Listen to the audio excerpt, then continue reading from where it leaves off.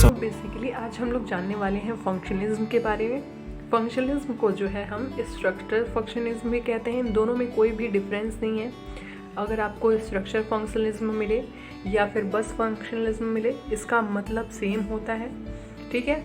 और अभी लास्ट वाले वीडियो में हमने डिस्कस किया था सिंबॉलिक फंक्शनलिज्म क्या है। पार्ट 1 में आपको लिंक कर दूंगी, आप उसे देख सकते हैं कि स्ट्रक्चर फंक्शनलिज्म सिंबॉलिक फंक्शनलिज्म क्या है। और आज हम डिस्कस करेंगे फंक्शनलिज्म और स्ट्रक्चर फंक्शनलिज्म के बारे में। तो जो फंक्शनलिज्म है ये मैक्रो थ्योरी है। मैक्रो थ्योरी का मतलब होता है कोई ब्रॉड चीज़ जो इंडिविजुअल पार्ट में डिवाइड ना किया जा सके, जो किसी भी इंडिविजुअल पार्ट में अलग अलग पार्ट्स में डिवाइड ना किया जा सके, उसे हम क्या कहते हैं, उसे हम फंक्शनलिज्म कहते हैं, ठीक है, माइक्रो थ्योरी कहते हैं। और जो हमारा सिंबॉलिक था वो हमारा माइक्रो थ्योरी था। सो फंक्शनलिज्म के जो फादर हैं वो विलियम जेम्स हैं। इन्होंने 19वीं सेंचुरी में इसको दिया था। कब दिया था?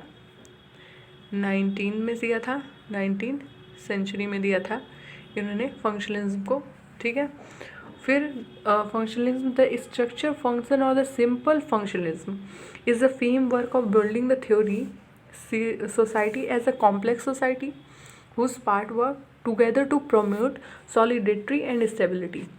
जो फंक्शनलिज्म है ये इसका एक वर्क होता है। इसका वर्क जो है वो एक साथ होता है, जैसे कि कोई चीज़ भी है वो एक दूसरे पे इंडिपेंडेंट है, सिंगल कोई चीज़ नहीं हो सकती। जैसे कि आप देखिए जो गवर्नमेंट है वो बच्चों को क्या करती है, एजुकेशन प्रोवाइड कराती है। और जो फैमिलीज़ हैं वो उसको टैक्स पे करती हैं, किसको? गवर्नमेंट को, स्टेट को टैक्स डिपेंड करती हैं, टैक्स पे करती हैं, जिसके ऊपर गवर्नमेंट डिपेंड होती है। और उस बेसिस पे वो क्या करती है, स्कूलों को रन करवाती है। और जब बच्चे पढ़ लेते हैं तो वो अपनी फैमिली की अर्निंग के लिए, जॉब्स के लिए सक्षम हो जाते हैं। फिर वो आगे चल के फैमिली को सपोर्ट करते हैं। तो कहीं ना कहीं देखिए कि हर चीज़ जो है एक सर्कल बेस पे डिपेंड है। यहाँ से शुरू होके आएगी और यहीं पे फिर राउंड होके फिनिश हो जाएगी। अगर कोई चीज़ हम कर रहे हैं तो उसके पीछे का एक रीज़न होगा, तो उस रीज़न को ही हम क्या कहेंगे, फंक्शनलिज्म कहेंगे। जैसे कि आप देखिए कि कोई भी वर्क है, जैसे हम स्टडी कर रहे हैं, तो किस लिए कर रहे हैं? हम स्टडी कर रहे हैं ताकि हमारा फ्यूचर ब्राइट हो, हम जॉब करें, आगे चल के अपनी फैमिली को सपोर्ट कर सकें। तो ये क्या हो गया, एक तरीके से क्या फंक्शन हो गया किसी काम को करने के लिए। फिर देखते हैं नेक्स्ट पॉइंट क्या है। फिर हमारा नेक्स्ट पॉइंट है just like our machines work its depend on its parts for proper functioning of the machine. जैसे कि मशीन जो है, किसी मशीन को अगर प्रॉपर वर्क करना होगा तो वो क्या करेगी, प्रॉपर फंक्शनिंग के लिए वो अपने हर एक पार्ट पे डिपेंड रहेगी। अब अगर साइकिल का पेडल ना हो तो साइकिल आगे बढ़ नहीं सकती है, साइकिल का ब्रेक ना हो तो फिर साइकिल रुक नहीं सकती है, ठीक है, सीट ना हो तो आप उस पर बैठ नहीं सकते हैं। तो साइकिल के एक इंडिविजुअल पार्ट को हम अलग डिवाइड करके उसको साइकिल नहीं बना सकते हैं। जब साइकिल होल एक साथ वो पूरा मशीन होगा, एक साथ वो वर्क करेगा, तब जाके वो क्या करेगा, फंक्शन करेगा। तो ये क्या हो गया, ये हमारा फंक्शनलिज्म हो गया। अब जैसे सोसाइटी है, सोसाइटी भी इंडिविजुअल पार्ट में नहीं डिवाइड हो सकती है। सोसाइटी का जो है हर एक पार्ट अपने लिए एक अलग सा काम करता है। अगर सोसाइटी में आपके डिफरेंट लोग हैं, आप एक इंडिविजुअल इंसान को लेकर ये नहीं बता सकते हैं, एक अकेले इंसान को लेकर आप ये नहीं बता सकते हैं कि ये सोसाइटी है। सोसाइटी के लिए आपको स्टेट चाहिए, कल्चर चाहिए, लोग चाहिए, हर चीज़ जब मिलेगी तभी तो एक सोसाइटी डेवलप्ड होगी, वरना फिर सोसाइटी किस चीज़ की है, फिर तो जो है इंडिविजुअल हो जाएगा ना। वैसे ही नेक्स्ट पॉइंट है the same logic was appropriate by Herbert Spencer. अब देखिए फंक्शनलिज्म पे बहुत ढेर सारे लोगों ने अपने पॉइंट्स रखे हैं, जिस पे मैं आपको कुछ सोशोलॉजिस्ट के नाम बताऊंगी यहाँ पे। तो हमारे जो एक सोशोलॉजिस्ट हैं जिनका नाम है हर्बर्ट स्पेंसर ने भी एक अपनी थ्योरी दी है। इन्होंने थ्योरी क्या दी है कि बॉडी ऑर्गन्स जो हैं वो बॉडी को वर्क कराते हैं, वैसे ही सोशल इंस्ट्रक्शन जो है वो सोसाइटी को वर्क कराते हैं। अब देखिए जैसे बॉडी के हर एक पार्ट का बॉडी को वर्क कराने में एक इंडिविजुअल अलग सा उसका रोल होता है, और अगर वो अकेला पार्ट ना वर्क करे तो वो बॉडी नहीं कहलाएगी, ठीक है। अभी आपके हाथ ना रहे, पैर ना रहे तो वो पूरी बॉडी नहीं कहलाएगी। तो वैसे ही सोशल इंस्ट्रक्शन आपके बहुत ज़्यादा इंपॉर्टेंट होते हैं सोसाइटी को वर्क कराने के लिए। तो ये हो गया, ये हमारा पॉइंट। हमारा नेक्स्ट पॉइंट है Functionalism address society as a whole in the terms of the function of its constituent element, namely norms, custom, tradition and institution. जो फंक्शनल एड्रेसेस हैं सोसाइटी के, वो हर एक टर्म में अपना एक अलग सा रोल फिलअप करते हैं. हमारे ट्रेडिशन हो गए, कल्चर हो गए, इन सब चीज़ का एक अलग सा ही रोल होता है. अब इसमें देखिए एक और चीज़ क्या है, इसमें एक और चीज़ है कि if all goes we are part of society produce the order, stability and productivity. जो सोशल इंस्ट्रक्शन हैं ये हमारी सोसाइटी को एक ऑर्डर में स्टेबल करते हैं और उसे प्रोडक्टिव बनाते हैं. अगर हमारे सोसाइटी में सोशल इंस्ट्रक्शन ना हो तो सोसाइटी प्रॉपर तरीके से वर्क नहीं कर पाएगी और वह फिर सोसाइटी नहीं कहलाएगा. ठीक है, फिर हम नेक्स्ट हमारा पॉइंट क्या है, अब इसके बाद हम डिस्कस करने वाले हैं main proponent of function of structure. अब तो अगस्त कॉम्टे ने 3 लॉज दिए फंक्शनिज्म के. इसके 3 लॉज देखिए कौन कौन से हैं. इसके पहला लॉ है थियोलॉजिकल स्टेट, इनका सेकेंड लॉ है मेटाफिजिकल स्टेट और थर्ड क्या है पॉजिटिव स्टेट. तो पहला कौन सा है थियो, फिर क्या है मेटा और फिर क्या है द पॉजिटिव स्टेट. तो ये इनके 3 लॉज हैं, मेटा फिजिकल और द पॉजिटिव स्टेट और थियोलॉजिकल स्टेट. फिर उसके बाद हर्बर्ट स्पेंसर हैं, इन्होंने भी दिया, इन्होंने क्या दिया ऑर्गेनिक एनालॉजी का दिया थ्योरी. फिर इमाइल दुर्खिम ने सॉलिडेटरी और यूनिटी का दिया जिसमें सोशल फैक्ट थे और ये मैक्रो फैक्ट्स हैं जिसे क्या करते हैं कि कैसे जो सोसाइटी है ये हमारे एक्शन को गाइड करती है. अब इमाइल दुर्खिम देखिए इन्होंने क्या दिया.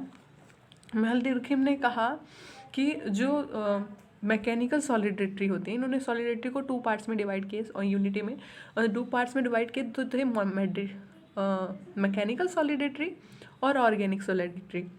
मैकेनिकल सॉलिडेटरी इन्होंने कहा कि mechanical सॉलिडेटरी is the form of sociology coherence that arise when people in society maintain similar value and believe and engage in a similar type of work.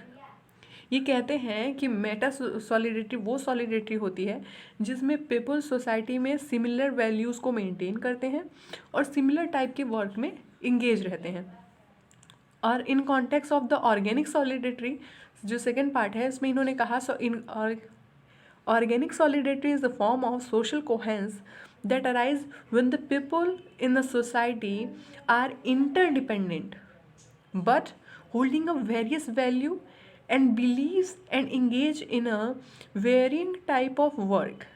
अगर एक ही सोसाइटी में लोग रहते हैं पर वो खुद पर डिपेंडेंट हों और वो डिफरेंट टाइप के वर्क में इंगेज हों तो वो क्या है ऑर्गेनिक सॉलिडेटरी. वो क्या है ऑर्गेनिक सॉलिडेटरी है. तो आपको पता चल गया सॉलिडेटरी जो है वो 2 पार्ट्स में डिवाइड की गई है. एक है मैकेनिकल सॉलिडेटरी और दूसरी है ऑर्गेनिक सॉलिडेटरी. हमें सॉलिडेटरी पता चल गई. सॉलिडेटरी 2 टाइप्स की होती हैं, एक मैकेनिकल सॉलिडेटरी होती है और एक हमारी ऑर्गेनिक सॉलिडेटरी होती है. ठीक है, एक मैकेनिकल होती है एक ऑर्गेनिक होती है. ठीक, तो ये हो गया.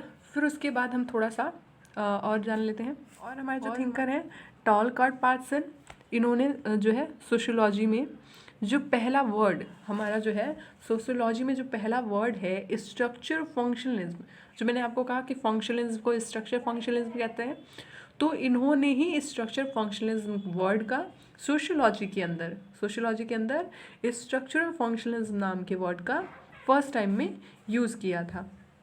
फिर उन्होंने क्या कहा, इन्होंने जो है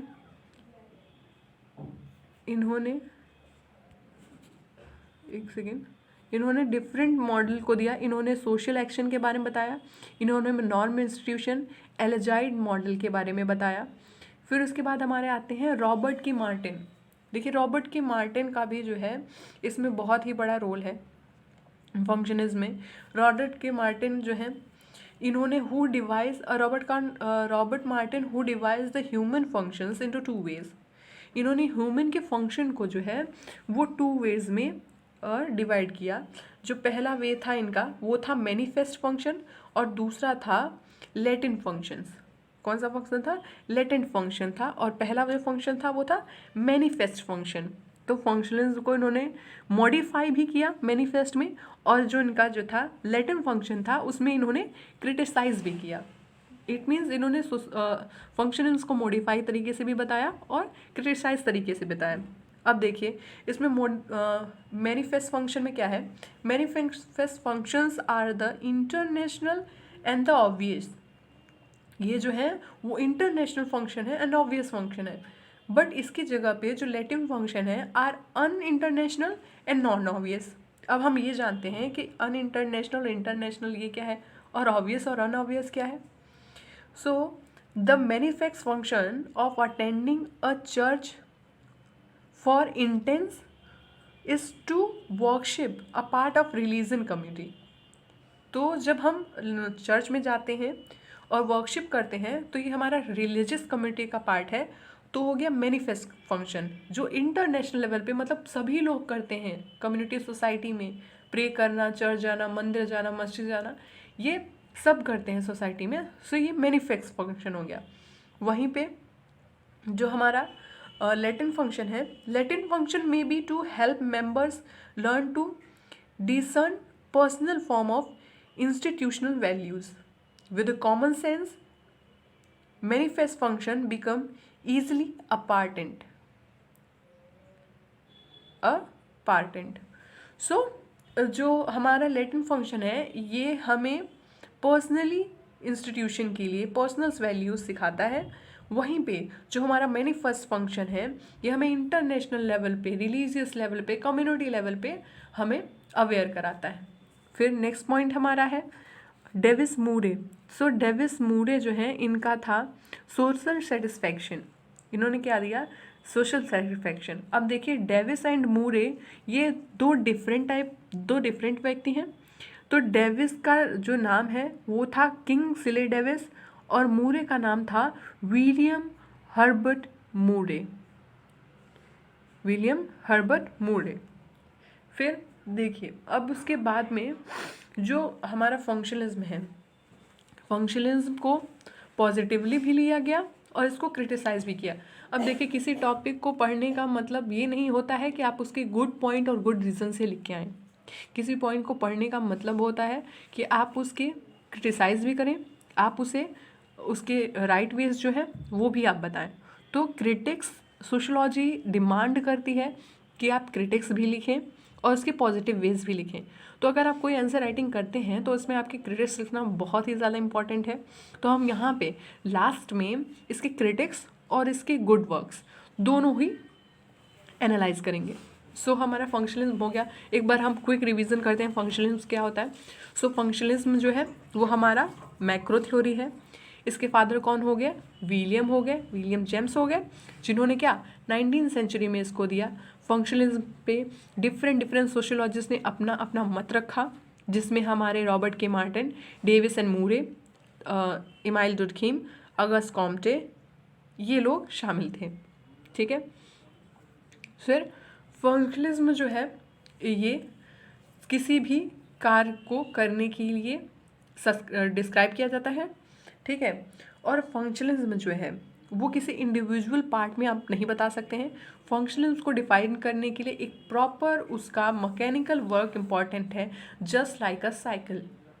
आप यहाँ पे साइकिल का एग्जांपल दे सकते हैं, आप यहाँ गवर्नमेंट के रूल के वर्क का एग्जांपल दे सकते हैं, आप अपनी स्टडी का एग्जांपल दे सकते हैं कि हम स्टडी इसलिए करते हैं और ऐसे ऐसे ये चीज़ें करके एक साथ जॉइंट है। अब हम जान लेते हैं फंक्शनलिज्म के। अब देखिए क्रिटिक्स के बारे में। तो फंक्शनलिज्म का क्रिटिक्स क्या है? जो राइटर्स हैं फंक्शनलिज्म के या जो ऑथर हैं वो फंक्शनलिज्म को पूरे तरीके से पॉजिटिविटी से भरा हुआ बताते हैं। It means functionalism has received critics from the neglecting the negative function of the events such as divorce, such as death. So functionalism is a work which can only define the positivity on the point. जो functionalism है वो सिर्फ positivity देखती है, वो किसी के divorce में, किसी के डेथ में, इन हर सब चीज़ों में पॉजिटिविटी ढूंढती है। सो इसकी सबसे बड़ी क्रिटिक्स जो है वो यही है कि functionalism always describes the positivity in the word और in a situation. Next point is that critics also claim that perspective justify the same status quo and complacency on the part of society's members. ये critics describe करते हैं सिर्फ status पे और फिर कॉम्प्लेंसी पे जो सोसाइटी के डिफरेंट पार्ट्स के मेंबर हैं. ये सभी चीज़ मीन्स टोटली मीन्स ये है कि ये गुड थिंग्स देखती हैं, ये सारी चीज़ों को अच्छा बताते हैं कि भाई इतना अच्छा है, ये है, इसमें ये अच्छा है.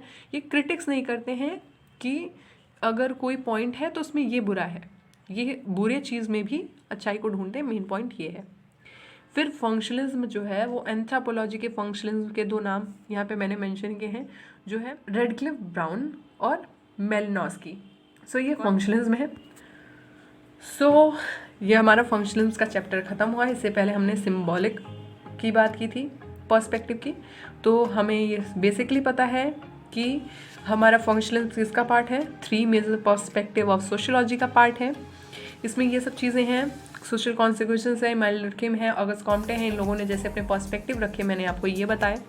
उसके बाद सोशियोलॉजी में जो ये फंक्शनल पर्सपेक्टिव है, ये माइक्रो है कि मैक्रो है, मैंने ये आपको बताया. मैक्रो है. इसके फादर कौन है वो भी मैंने आपको बताया. इस कौन से सेंचुरी में इसका डिस्कवर किया गया था, 19वीं सेंचुरी में किया गया था. ये जो है स्टेबिलिटी को डिस्क्राइब करता है, सॉलिडिटी को डिस्क्राइब करता है, ये भी मैंने आपको बताया. सो कम्प्लीटली मैंने आपको फंक्शनल्स के बारे में बहुत डिटेल से बता दिया है. इसके बाद भी बहुत ढेर सारी चीज़ें भी फंक्शनल्स पर अगर पढ़ाई जाएँ तो बाकी रह जाएंगी. सो मैंने आपको एक शॉर्ट क्विक नोट्स दिए हैं रिवीजन कि फंक्शनल्स क्या है. किसी भी फंक्शन को करने जाने के लिए जो पूरी बॉडी का या पूरी सोसाइटी का जो वर्क होता है, सोसाइटी का जो फंक्शन होता है, उसको हम फंक्शनल्स में आते हैं. और इसे ही राइटर्स ने, इसे ही सोशियोलॉजिस्ट ने डिस्क्राइब किया है. सो अगर आपको ये पसंद आया हो तो please like, subscribe and comment and please press the bell icon. Thank you so much. Thank you for watching. Keep watching Read with She.